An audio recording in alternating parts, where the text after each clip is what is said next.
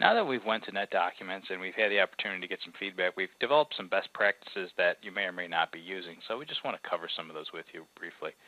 If you wondering how to get into Netdocuments, the easiest way would be to open our intranet, and we have a link there that points directly to Netdocuments. It's kind of a shortcut, and you can see if you look at the bottom left, it goes to a special area. So you can just click on that. If for some reason you went to netdocuments.com, it didn't let you log in, that takes care of that for you.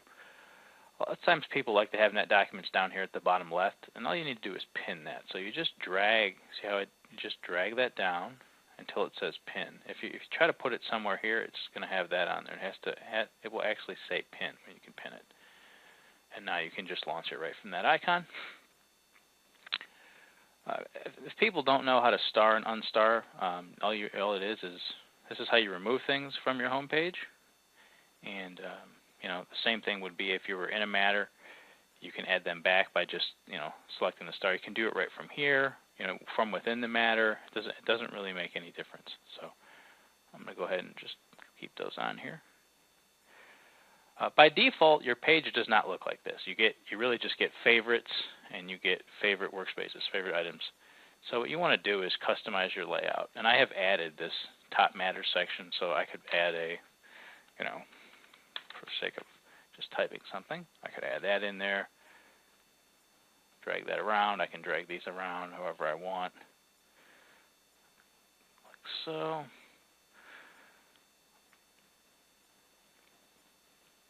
And what you want to do is when you start to favorite things, so I'm going to add a couple more items here. Oops.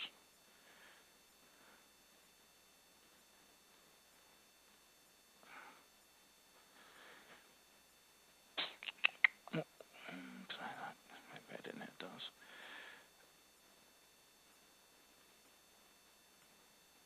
Okay, so when I start to favorite these things, favorite workspaces, so for instance, I may not want that down at the bottom right. I think this would be better up here. So we'll save that, move that over.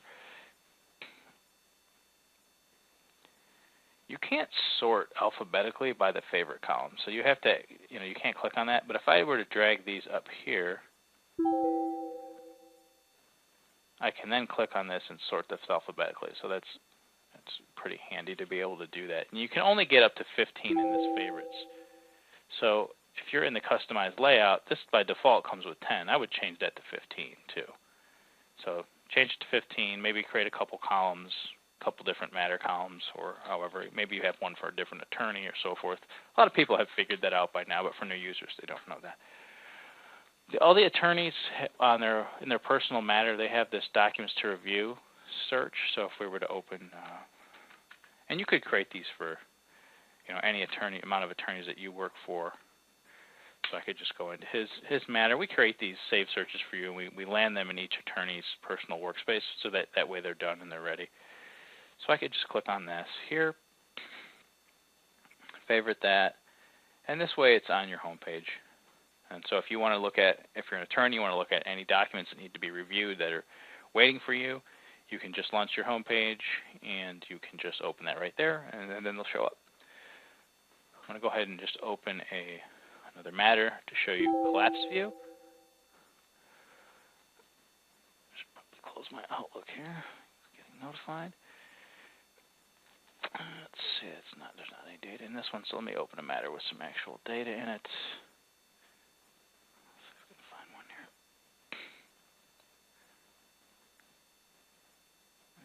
This has just a little bit, but at any rate, by default, matters are in expanded view. And so in expanded view, you get more data, but they do take a little longer to load. So I would change everything to collapse view. If you want things to work, moving in and out of your matters a little bit faster, you can just click on that, and they will open faster for you. And as far as the search goes, we've added a search field in here. So if you open up, for the attorneys, if you open this up here, this advanced search, and I would change this to description, but this is going to be on key. Change this to description and choose set as default. That will allow you to search the description properly. And if you're going to perform this search, any attorney, and this would be the billing ID. For most attorneys, this is just the initials. So if we just picked here, they can run that search, and Mr. Hume will get all of his matters in here.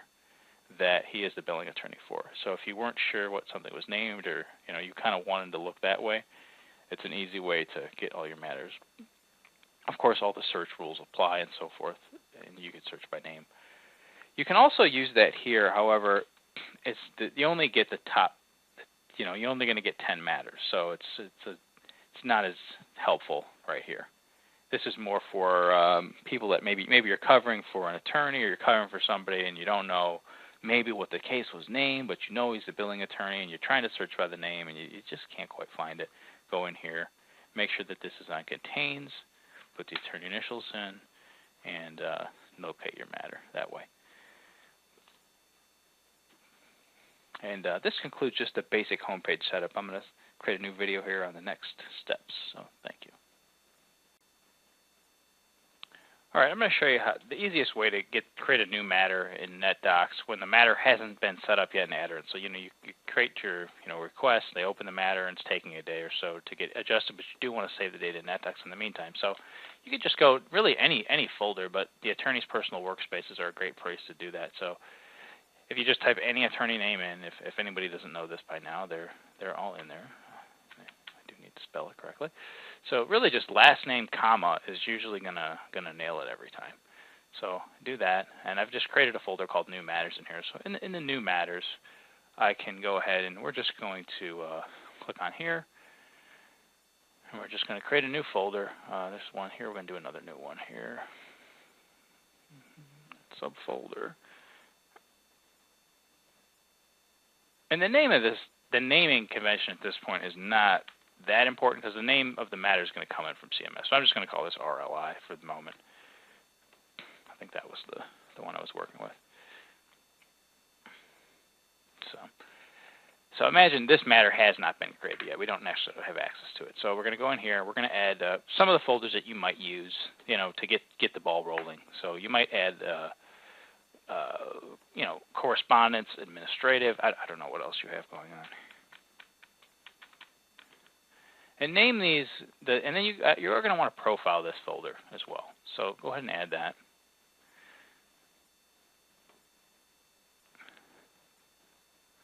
We can go ahead and add a few more folders here. Just give you something to work with while, you could add email if you wanted, but just to give an example. Any of the folders that you wanted to use in the meantime. Hopefully, before you have creating, 15 folders, the matter actually gets set up and you can use it. So we're just going to add these two for now. So I'm going to go under administrative, and I'm going to store my file cover sheet. This is just a random file cover sheet. So I can just drag and drop this too, by the way.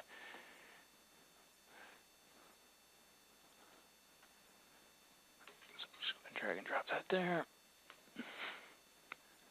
So since I drag and dropped it, it doesn't prompt me for anything. Since I profiled the folder, if you noticed, it's administrative, then this inherits that administrative profile, which is very important because it saves a lot of steps.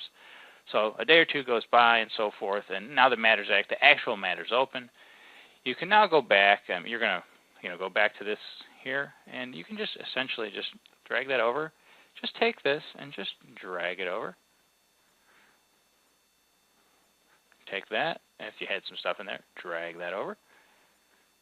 And probably best practice, I'd probably go back and just delete this too, just so you don't have erroneous, blank folders hanging around. But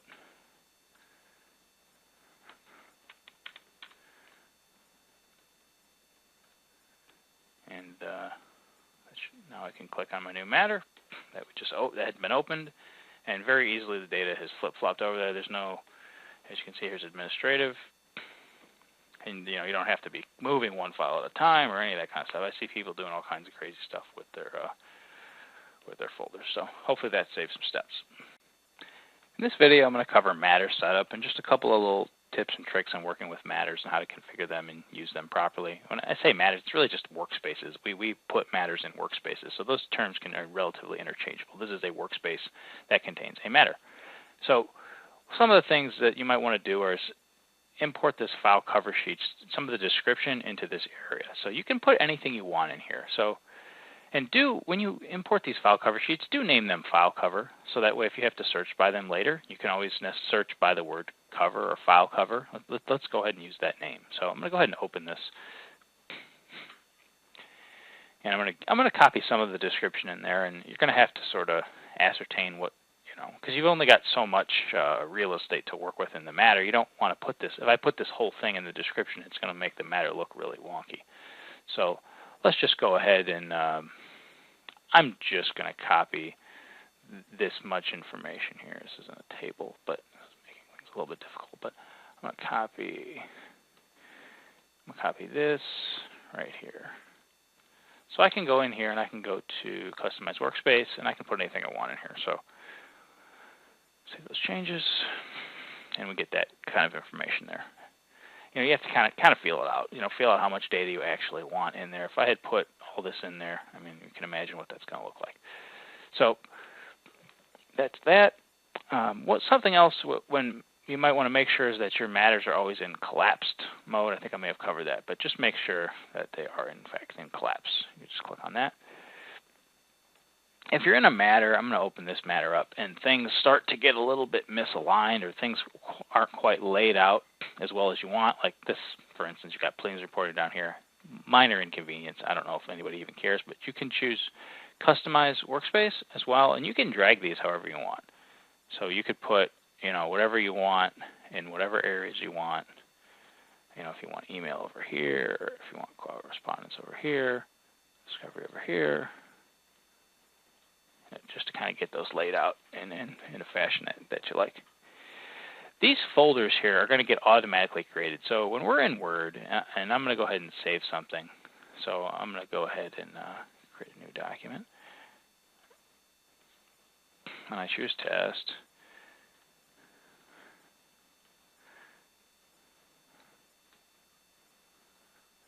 So I'm going to go ahead and grab my recent workspace.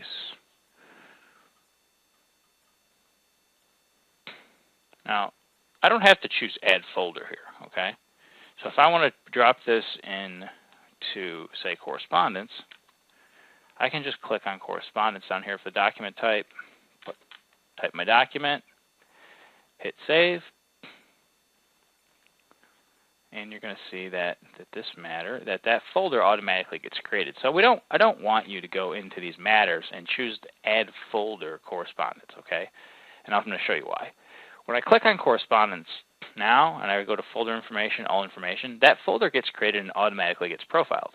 If you manually create that folder, for instance, if I choose to go out of my way and manually create insurance here, that folder is not going to be profiled to the insurance document type, and therefore documents that get added to it aren't going to inherit any particular profile. So if you were to add that, you do need to go in there and you need to actually profile this.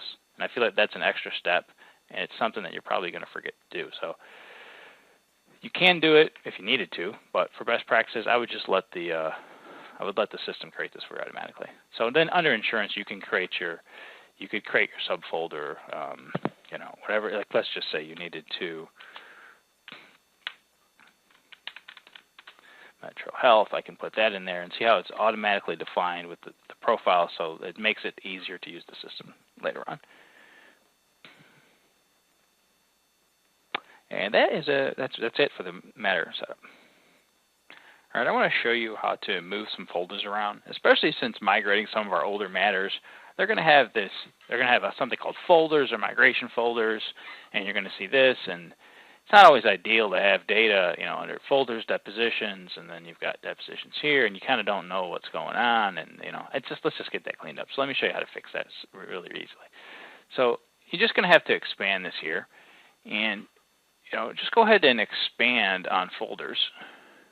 You go ahead and expand depositions, and then expand depositions here. Actually, you don't even need to do that. And just drag those over there. One at a time here.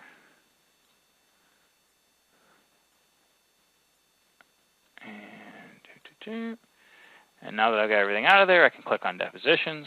And I don't really need to do anything else, but I can, if I try to do it inside here, I can technically highlight this and then do a group options, and I can do a move, but I find that it just takes longer. So I think it's faster just to expand this here and just drag these up like that. Get everything moved.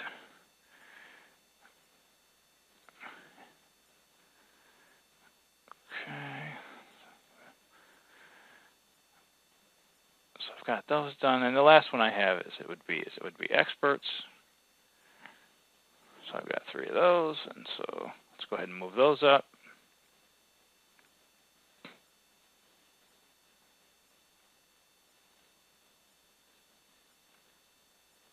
And then now that I've moved all the subfolders out of here, I can just go ahead and select folders, and I can safely choose a delete. And when I choose this delete option for this delete this folders folder, you always just choose on file, and that just ensures that nothing, had there been any data in any of those folders, it would just exist directly in the document type. So I can just delete that, and now I can go back to my matter, and we don't have to wonder about is data in, is it in those folders or whatever, and you've got things kind of laid out. Some people complain. I'm not pushing this images file save search out anymore. I find that people don't really use it. If you wanted to, just go to it, find it, and you can certainly delete the save search if you don't have any use for it. It doesn't delete any files. It's just a search. So, all right. So that's how you reorganize your folders. This is just going to be a brief section on ndOffice and some of the configuration options you have, but I don't think a lot of people are aware of it, so I do want to show this to you. So on your toolbar, there is going to be an ND here, and you can click on that, either right or left click, and then you can go to this gear and go to a couple of different things. One, you can go to View Echo folder, which I'm going to come back to, and the other, I'm going to go to Settings. So in Settings, I've got a couple of different options, one of them being Navigation.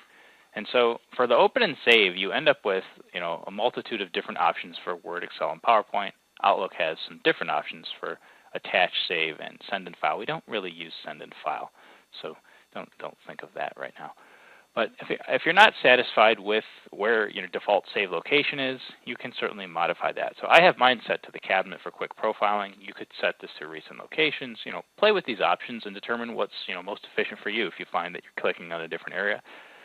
So for any of those options. So just do come in here and evaluate these locations.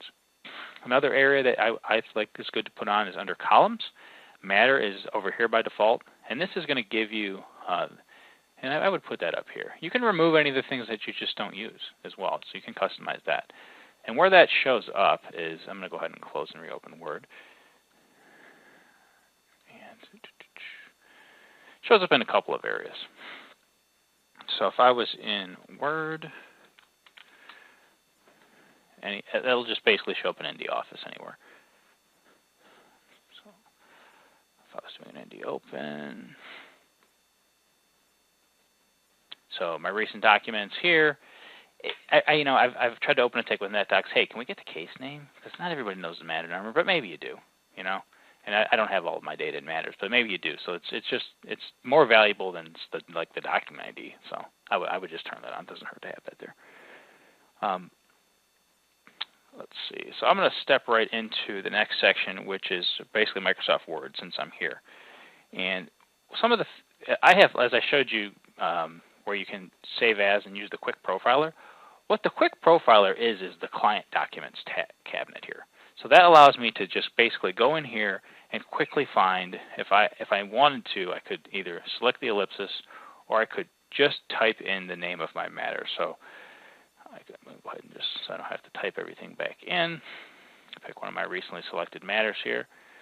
Select that, and I can just pick the document type, correspondence, test, and I can just go ahead and save that.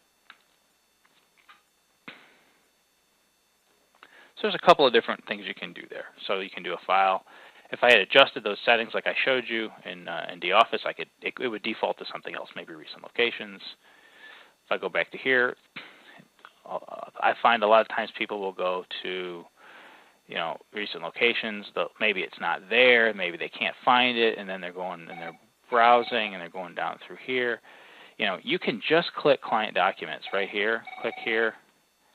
And look at here as well. So that's why I want to show you that. Rather than just drilling down, because if I go here and I don't have the folder, I can go right to correspondence. But if I don't have correspondence, I would click here, and this is where I would I would type where I want this to go. You can just type pleadings.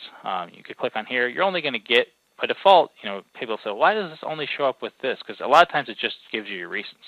If you want all, you have to click on all. And then you can glean through all of our document types. Looks like right now there's about 3 pages worth. So this does supports type ahead for all of them. So rather than having to do that, we could just, type that in there, and, we could define your author, right there, type ahead, just like so. We don't really need to save that. I've also had people don't realize that they can just drop down and just change this to a PDF. So this is one quick way to take a Word document and convert it to a PDF. Boom, done right there. You could also choose Go to Workspace if you wanted to, for some reason, go to a particular workspace that you knew of. You can type that in, click OK, and that's just going to open the workspace here. As you can see, there's a little bit of a delay, but it opens up the workspace, and then I can navigate to any of these locations. I think everybody knows what author is. That's usually, right, for the most part, it's the attorney right now, and that's necessary if you are using the documents to review. So if you're, typing in DTR, you could just go ahead and pick your author, and then you would just save that document. The notes field is here. You can put anything you want in the notes field. I mean, anything you want, because you can run a save search by it. So you could search by that later, and you just got to kind of think about if any kind of value you can add to this data by adding a note. That pretty much covers Word and ndOffice. So thank you. All right, in this section, I'm going to show you how to recover a deleted document. And anybody has rights to recover any documents that anybody had rights to begin with originally. So it's not as though if somebody else deleted it, you couldn't recover their document. You can for NetDocs. So if I just open up the advanced search, by default this isn't shown. So if I do show more options, I can choose to show you deleted items only. And I can run that search, and I can provide any of this other supporting metadata, or I can't. I mean, if you know the name, if you know some information, put it in. If not, run your deleted items search only, and you're going to get, by modified, the most recent documents. I just deleted this just a little bit ago just to show you. So it took about 2 or 3 minutes for this to show up in the deleted items queue, but I can right-click on that, and by default, I don't believe that undelete is on here. So if I choose Customize Menu, I may want to make sure that I have undelete added here, and that option is probably over here, so I can add that. So then I can right-click on the document and easily just choose undelete. It's going to ask me where do I want this document to go. So you're going to want to pick the appropriate location, the matter where you want it to be at. We'll just go ahead and throw it in this administrative folder for now.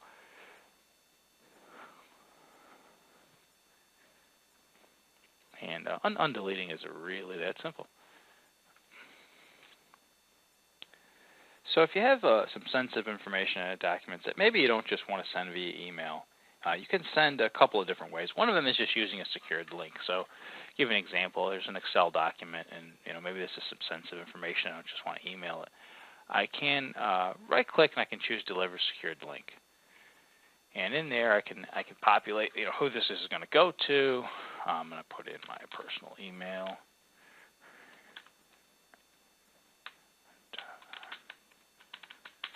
And I can go ahead and if I password protect this, so you pick this password,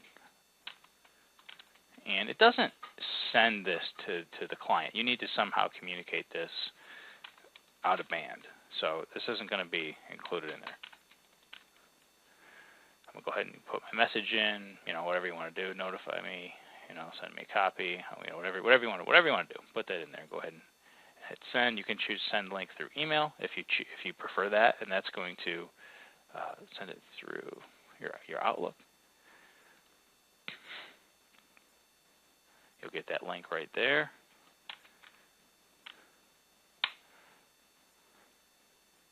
Go ahead and send it.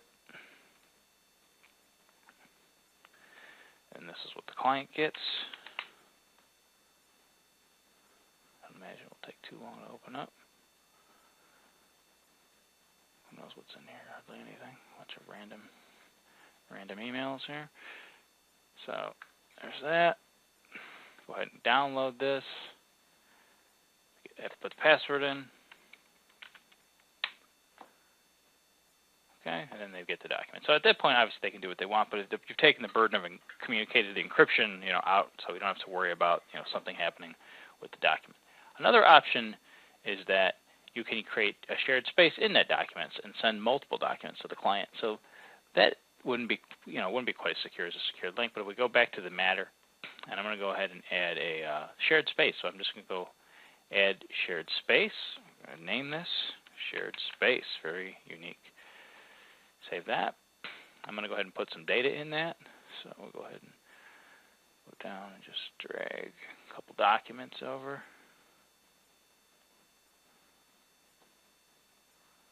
And then I can click on the share space. I can see it's sharing with 0 people. I can click on this, and I can add the people right here that I want to share it with. So by default, nobody's there. So I'm going to go ahead and add. I'm just going to add myself again. Put the email address in.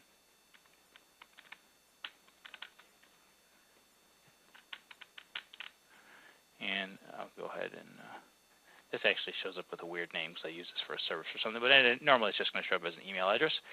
These are the rights, so this is relatively confusing. No access, you would never do that. VESA is full access. It's not really needed. It stands for View, Edit, Share, Administer. VES is View, Edit, Share. I don't know that anybody else needs to really share. So it's typically either View and Edit or View. So I would probably use these two for clients. So I'm just going to go ahead and give my account here, which usually it's, again, that's going to be your regular email address. I'm just going to give a View Edit. And that doesn't really do anything. You still need to then email the link to, the person for the shared space. So there they'll get a link for the documents. As you can see, there's 3 links in there. If they were just to open the actual shared space link, they could get right to the root of the share, or these are the actual links to the documents. So really, it's whatever they prefer. I don't have any.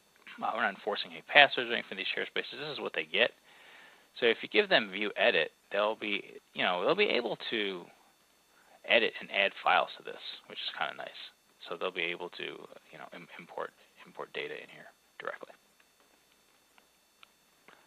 Something else that came up just recently with the shared space is, how do I know if a client has added documents? Well, and they can do this as well. If they go into shared space options, you just choose Follow, and the default rules are pretty much what you would want. So you just click Add, and you would put your email address in, and properties are here. You're following anybody who edits or adds a new document to this shared space. So basically just select OK, and hit OK there, and then anytime a document gets deleted or modified, this way if you only give them V, they can't edit documents. So if you give them VE, then you're giving them more access.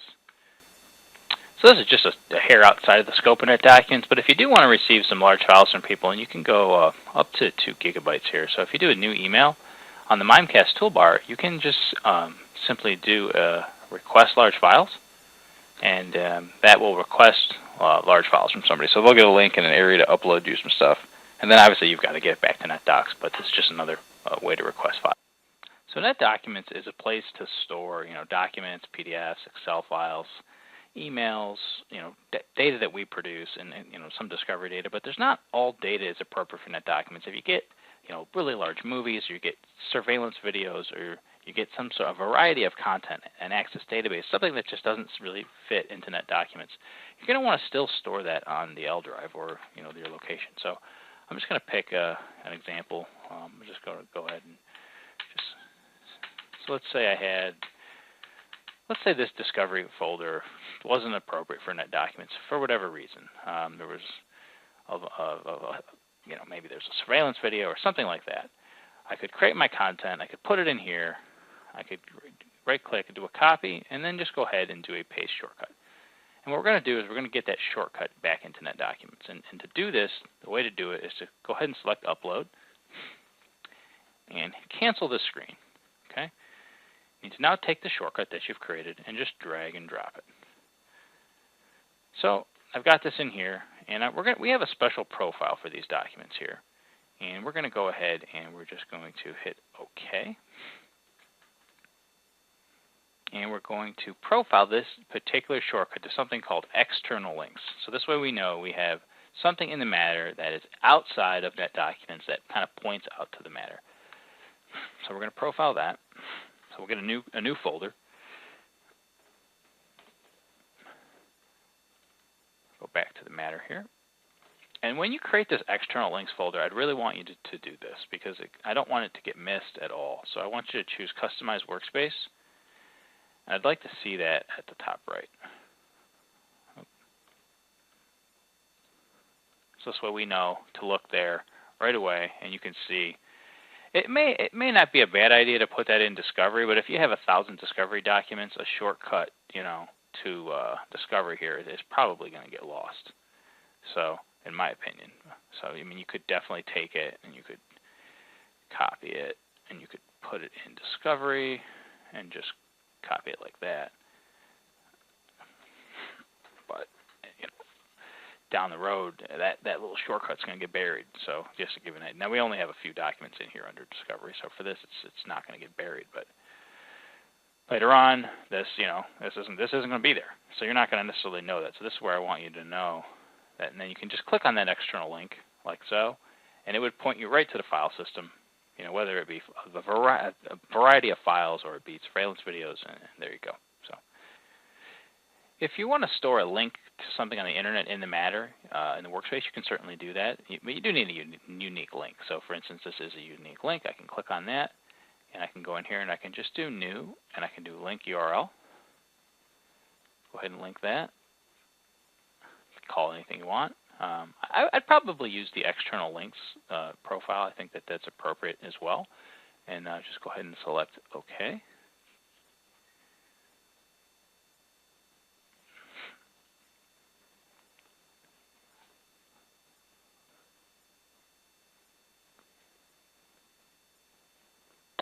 Now I'll have under external links, I'll just be able to click right on that, and it will open the link directly to this location. I'm going to show you how to create a document template to make saving files for the author a little bit easier, particularly for the documents review. You could use this for any type of document type, though. So from the profile of the screen, you can choose Save as Template when you have this profiles defined, and you can create a template like for any attorney. So I'm going to do a Replace template because I've already, created this before. But we're just going to do RJR, and that's going to create these profile values that I have defined there. So I'm going to go ahead and going to do a test document. Doesn't really matter.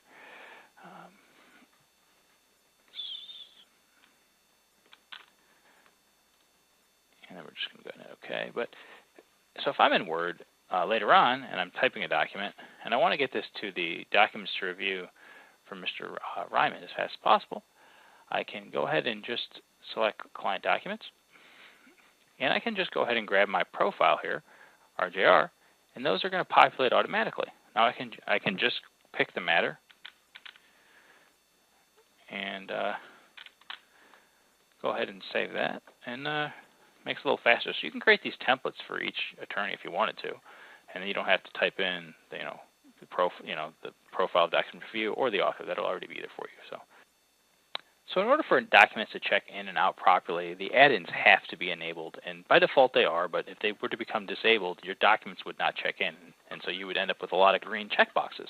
So in that case, obviously you're going to call the help desk, but I want to show you how to determine if your add-ins are definitely enabled, because everybody should at least verify this. So in Outlook, it's just this Save button for the most part. Some people use Profiler, some people don't, but this is the main, the main Outlook button. If that's there, you've got the add-in. In Word, if you go to File and you go to Open, and you've got ND Open, you've got the add-in. Same goes for Excel, File, Open, ND Open, you've got the add-in. With Adobe, not quite so obvious. So sometimes people have Nitro as their default, and I'm going to show you how to set Adobe Reader as your default. So if you right-click on a PDF and you choose Open With, if you have the Acrobat DC, that should be your default. But most people will only have the Reader, so you're going to choose Set as Default. And go ahead and select Adobe Acrobat Reader and make sure that box is checked. That will make sure that Adobe Reader is the default. So if you had the DC, make sure you just choose the DC. Otherwise, you're not going to get all the editing and so forth. So to test the add-in for Adobe, you would do a File Save As, choose a different folder. It should browse to the Netdocuments repository. If it's not, the add-in's not enabled. So most part they are, but if not, you certainly do contact the help desk. So Internet Explorer is the official browser that we support and that Netdocuments recommends to use for Netdocuments. So I'm going to show you how to set your default browser. Should you inadvertently set Chrome as your default browser, you might run into some heartache down the road. So in Internet Explorer, you can simply just go, and if you hit the Alt button, which a lot of people don't know about, there's a lot of other options here. One of them is Internet Options. From there, you can select Programs, and you can choose Set Default Programs here. So just go ahead and set that. And that's going to give you access to actually all your Windows programs. So you're going to go ahead and choose Set Default. And just go down to Internet Explorer and choose Set this program as default. And that will force Internet Explorer as your default browser. So when you click on a link, for instance, from an email, if it's going through Chrome, you may not have all the add-in, the Chrome ActiveX to make the stuff work for NetDocs, and you won't log in. So you definitely want that to be set that way.